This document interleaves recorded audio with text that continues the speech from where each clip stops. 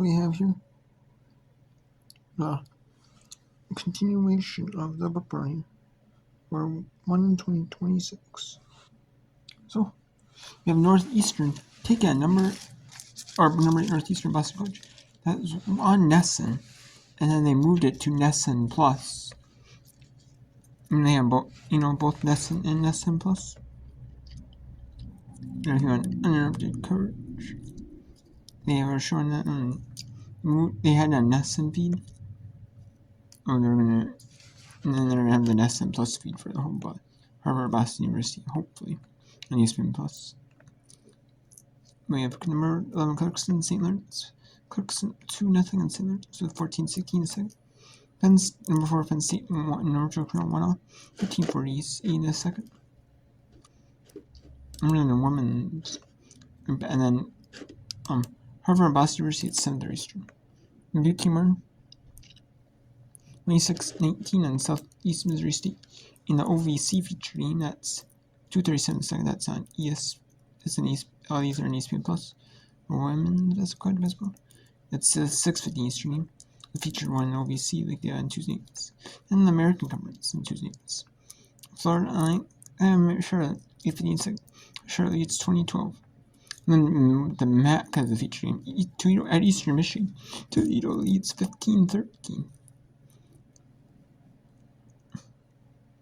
And 10 minutes still win the 10 minutes still. And then we have Memphis at Wichita State at 7 Eastern. South Florida and Temple. Or Texas baby in America. Then two feature Big East games. Xavier Crane and Providence in home. Then we have the two best games in the American at 7:30 Eastern. Rice 15-3 overall race. 5 on the American against 25 overall Tulsa. 4 on the American. And East Carolina and UTSA 4-1 for UTSA conference. 5-1 for East Carolina. East Carolina 13-6. 5 overall. 5-1 in conference. They were 8-5 in non-conference. UTSA was 5-6 in non-conference. And the 4-1s were in conference play.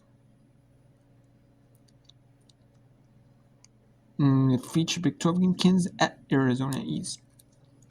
It's 6 Arizona's in.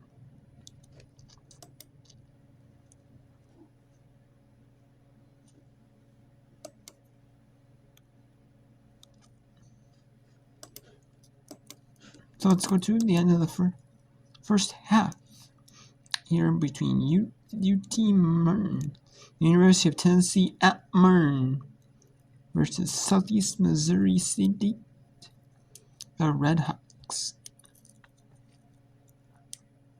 Battling here. And it's UT Martin. The Skyhawks of UT Martin. He was called for a foul, and there was an official right on top of it. Let's get another look at it. It's going to be on an hour. It's going to be an hour and 45-minute game. I didn't see a foul there. Yeah. What did you see, Coach? I saw a ball off of UT Martin. Red Hawk ball. 26-20. Crossover dribbled Wells into the corner. Clark, it's on the way, and splash. Nora Clark off of the bench with 11. She averages 7. She had 11 points against Lindenwood on Saturday. It's supposed to be second quarter. This is first quarter. 29-20. Nora Clark, by the way, her 21st career double-figure scoring game, her 4th of this season. Minute 18 to play. Redhawks down 9, and another foul coming up on Simos. Alan Sabwa, that's her 3rd. If you have 2 already in the first half, why are you playing her? We'll see who the foul was called on. In this position, you get 3. Unless you know you can play smart. On the clock. Carmen Taylor is checking out of the game, so that is her 2nd. And it's a 9-point lead right now for UT Martin. Brittany Wells across center court. Her older sister, Destiny Wells, out for the season again with an injury, and there is the first basket for Kennedy Horton. Just into the game, the freshman out of St. Louis, And on the offensive end, the Redhawks can't buy a bucket. They missed 2 shots inside of 5 feet. The lead is 11, and the Skyhawks are starting to put a little distance between themselves and SEMO. The Redhawks almost never beat UT Martin since Kevin McMillan has taken over. They are 4-30 against UT Martin under Kevin McMillan. Here is Dakaria Jackson. Is this her first basket? No, it's a little long. But she had a good look. They did. UT Martin will play for the last one here. They did a good job last quarter of running it down. He got a good look. This is the largest lead of the game. They're on an 11-1 run. SEMO has missed its last 7 shots. The Redhawks, 4 minutes without a field goal, spinning inside Middleton to beat the buzzer. They're not going to have to look at the monitor on that one. Terrific play. And the Skyhawks up 13 on the Redhawks. We're in the 6:50 Eastern game. Alright.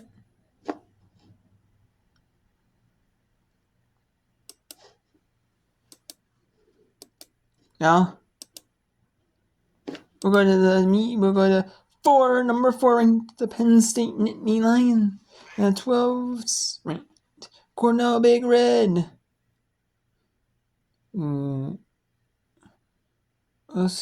We'll go to the media break. The under 10 media break. Any face-off or a goal score, basically anything that results in a face-off, we'll make it a 10-minute media time. Down the wall, Adam. Back to Schiff. Which results in a penalty being called away penalty. Lum trailing at center, deflected off the stick of Hall to the Penn State bench.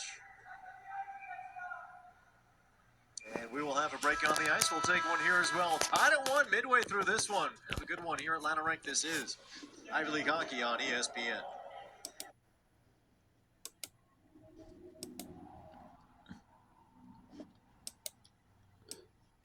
Now let's go to Florida at Charlotte. Florida Atlantic down 8-6 to Charlotte 6 with 5.5 to go. Hayes finding her teammate. Hayes 5 points, 3 assists, 2 rebounds so far in this game. There's Rogers with her second field goal. Rogers seemed pretty dangerous herself there from that 10-foot range. Don't want to leave her with too much space there. Florida Atlantic's hit 5 out of their last 7 shots, had 12 points in the first, already 12 points as we're reaching the midway point here of the second quarter. Hayes throws it inside to Best. Now Nicholson. Charlotte's still taking advantage of those second chance points. FAU's going to have to box out after that first shot.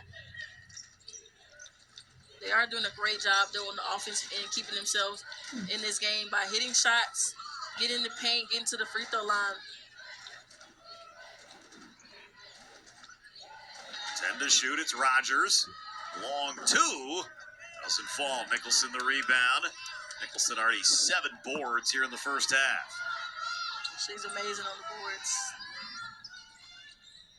Second in the American in offensive rebounding is Nicholson at 4.2 offensive rebounds per game.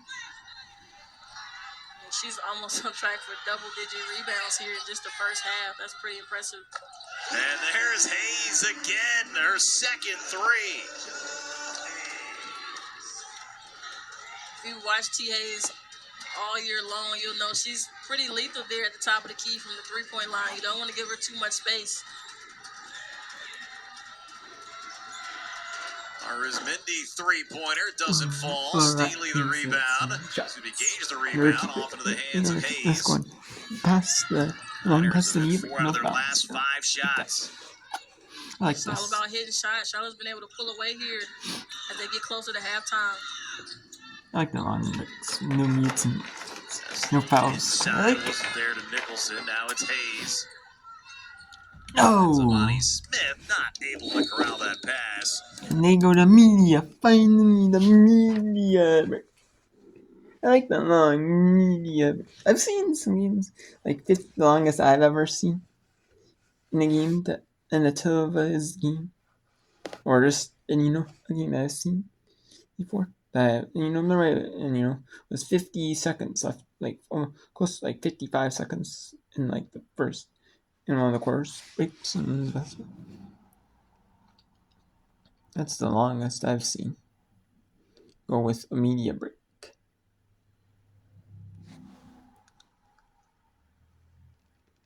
For the media break was called, so.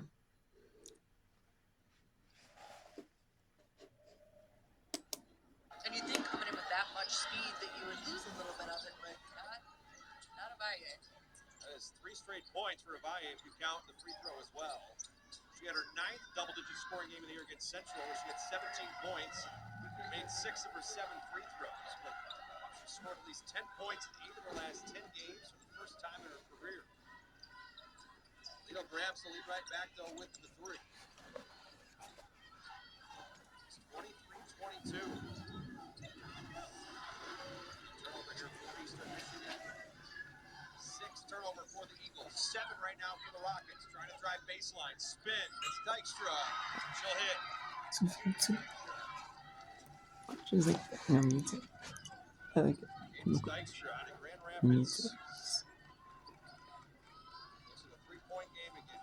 25-22. Already 9 points off turnovers here for the Rockets. Just 4 for Eastern Michigan. Thea drop shot to Avaya. Man, Carruthers wanted that one. Yeah. She was watching that the whole way. There's Avaya again. There's a 3 That will take us to a timeout. 3-point advantage right now for Toledo. It's 25. Alright, so let's go to Clarkson at St. Lawrence. Here in this one. Clarkson in this Tuesday night. Typically, usually it's Fridays, Saturdays is women's hockey. Typically, there might be some schools who have Sunday game. Because, there's like a big sport, like big sport event going on. On like maybe Friday night.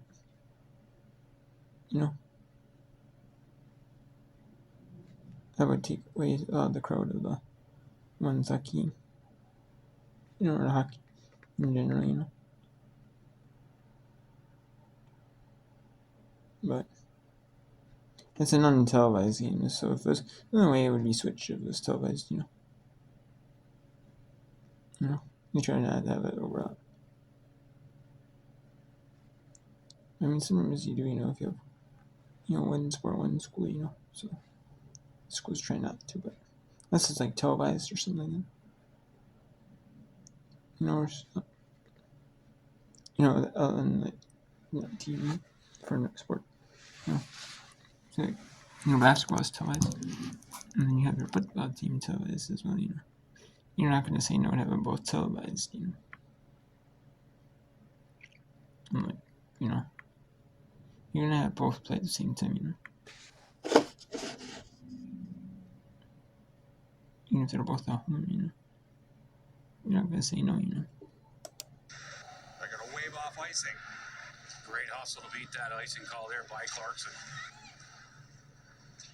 So it was Manon Lescodan with that good hustle that Brian mentioned. Now the puck loose in the crease area. And Riley Reeves able to push it out to the wing. Catterall keeps it in. No. By the Saints. Puck loose in the slot. And another shot. This time it's going to be blocked by Crowley, but it comes over now for the Golden Knights. Putting this one on goal was Jayla Carter, and it sails high. And some more tenacious forecheck here by the Knights to keep it in the offensive end. That last slap shot went off of Reeves' cage. She's headed get that cage fixed. And now the puck goes on goal. And it's gathered in by Nordstrom.